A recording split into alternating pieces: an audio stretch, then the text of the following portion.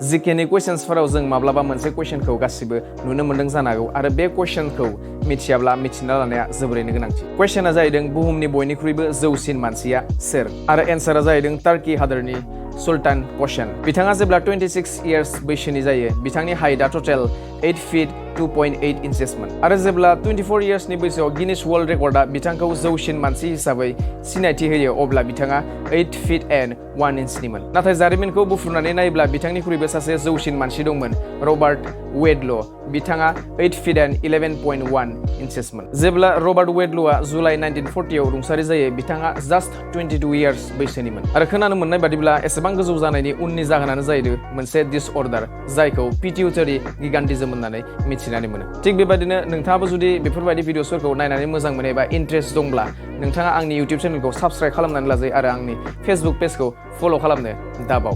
गोजोन्थों।